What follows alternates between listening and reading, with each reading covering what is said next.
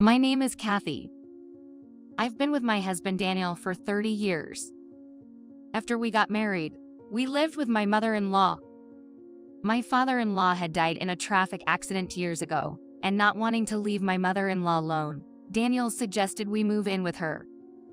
She passed away last month due to illness. My mother-in-law was a stubborn and quirky person. I struggled a lot when we first started living together. Your cooking is terrible. I'll do all the household chores, so you don't have to do anything. She said so and wouldn't let me help with housework. As I was working full-time, I was grateful for her help, but I always felt sorry and was constantly nervous. "Let me help, Mom," I would offer to help. No need, you'll just be in the way. So, I couldn't really help out. Every morning, she would wake up earlier than me and prepare elaborate breakfasts. When I greeted her in the morning, she'd say, "You're up late, sleepyhead." She even prepared nutritious packed lunches for me. When I came home from work, dinner, cleaning, and laundry were all perfectly done. Really, Kathy, you can't even iron properly. Such a troublesome daughter-in-law. She would say so while ironing my shirts and handkerchiefs. She was the complete opposite of me, a perfect housewife. Kathy, you really can't do housework, can you? That's what they call a bad wife. She would often say sarcastically, but I gradually got used to. She was just not straightforward. She did the chores for me but was too shy to admit it. Thinking about it that way, she seemed quite adorable. So, no matter what she said, I didn't get upset and kept talking to her. About a year later, I started responding to her sarcasm with a smile and jokes. On days off, we would eat snacks together, watch TV dramas, discuss them, go shopping, go to the movies, and even travel together. Having lost my own mother when I was young, I thought of my mother-in-law as my real mom. Eventually, we were as close as best friends with each other. Kathy, where should we go on our next trip? How about Arkansas? It has lakes and highlands. Arkansas, that sounds nice. Once, while discussing this, my husband interrupted. What about me? Can't I join you too? Mother-in-law replied, No way, it's a girls-only trip. Girls, at your age. What did you say? "All right, let's all go together next time." Yes, a trip with Daniel might be nice for a change. That year, the three of us went on a trip together. She was so lively, almost like a young girl, which was quite memorable. My energetic mother-in-law started to frequently fall ill about a year ago, leading to several hospital admissions and discharges. For the past 6 months, she had been continuously hospitalized. I nursed her earnestly, trying to repay the kindness she had shown me in doing the household chores. But during her hospitalization, not a single relative came to visit. My husband's brother, her eldest son, and his wife left all the caregiving to me and never showed up. Of course, I had kept them informed about her condition over the phone. One day, I asked my husband, "Why doesn't your brother visit her?"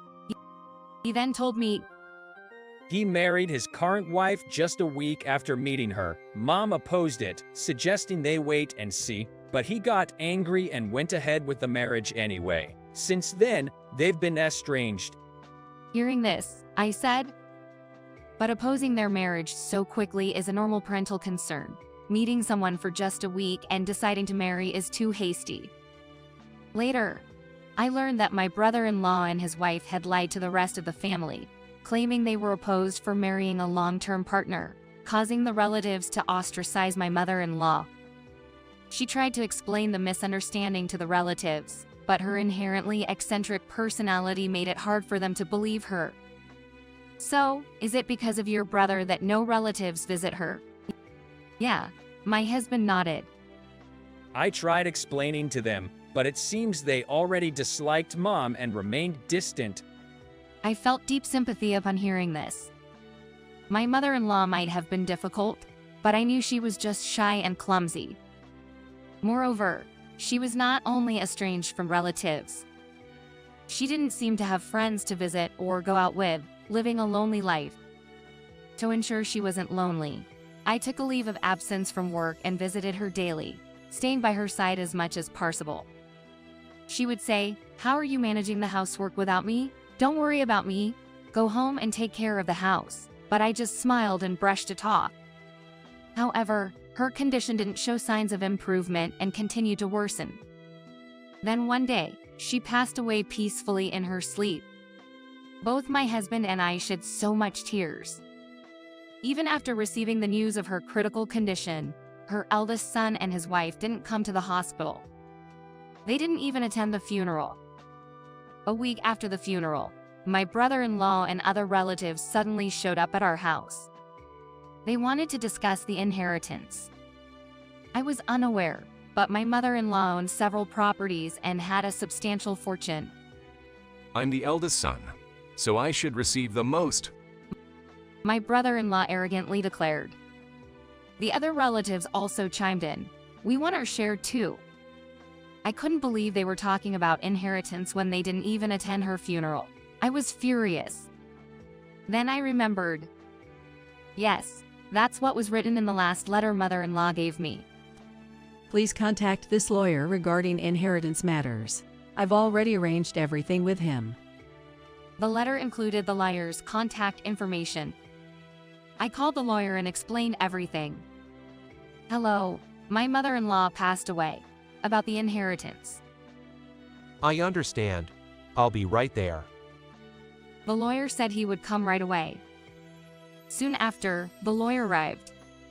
He politely greeted the gathered relatives and then took out a voice recorder from his bag. First, I'd like you all to listen to this. This recording is a message from the deceased. He said that and then pressed the play button. My mother-in-law's voice filled the room. Thank you all for gathering today. If you are listening to this message, it means the discussion about my inheritance has begun. I wish to leave all my estate to my second son Daniel and his wife. At that moment, the relatives started to buzz and cause a commotion. What does this mean? Shit, why the heck would she do this? Why would she overlook me, her own son? My brother-in-law was extremely angry. The lawyer interjected. Please, be quiet. Then's more to the message. He then continued playing the recording. My eldest son and his wife never visited me when I was sick, leaving all the caregiving to my younger son's wife. I don't want such unfeeling people to inherit anything. In contrast, Daniel and Kathy invited me into their home and lived with me. Those years were some of the happiest years of my life. I'm especially grateful to Kathy. Despite my unfriendly nature and harsh words, you remained cheerful and upbeat. Your smile opened my stubborn heart because you never stopped knocking on its door. We became as close as a real mother and daughter. I'm sorry for all the terrible things I said to you. I will never forget the trips, the movies, the shopping trips we had, and all the wonderful memories we shared together. I never thought I'd have such a joyful second life after losing my husband and having no friends. All of this was thanks to you, Kathy. And when I fell ill, you visited me every day in the hospital. After I was discharged, you took me out for daily walks for rehabilitation. In the end, you even took leave from your job to care for me. And I know it must have been hard. Thank you so much. I'm too embarrassed to say this in person, but I'm truly grateful. I consider you my best friend and my real daughter. Please continue to live happily with Daniel. The message ended there. As I listened, I couldn't stop my tears from falling. My husband, too, was moved to tears. The deceased recorded this message a week before she passed away, the lawyer explained. The will stating that all her estate goes to the younger son and his wife is also documented. He showed a document to the relatives. The relatives left in frustration and bitterness. After they had all gone away, the lawyer handed me a paper bag. This was left for you by your mother-in-law. Inside the bag, I found a bank book, property deeds, and a notebook. The notebook was filled with handwritten housekeeping tips. It includes recipes, cleaning advice, and stain removal techniques, complete with illustrations. My mother-in-law, knowing I struggled with housework, must have prepared this for me. Seeing this, I cried again. In front of her portrait, I joined my hands and whispered, "Thank you, Mom. I'll do my best with housework using this notebook. I'll cook delicious meals for Daniel, just like you would." Since then, I often sat in front of her photo to share various things, even minor grievances about Daniel. "Mom, your son left his sarks inside out again. He's just like a child sometimes, isn't he?" "Mom, today I tried your hamburger recipe. The shape was a bit off, but it tasted great." And of course, I shared the most important news first. "Mom, I went to the clinic today and found out I'm pregnant. Will it be a boy or a girl?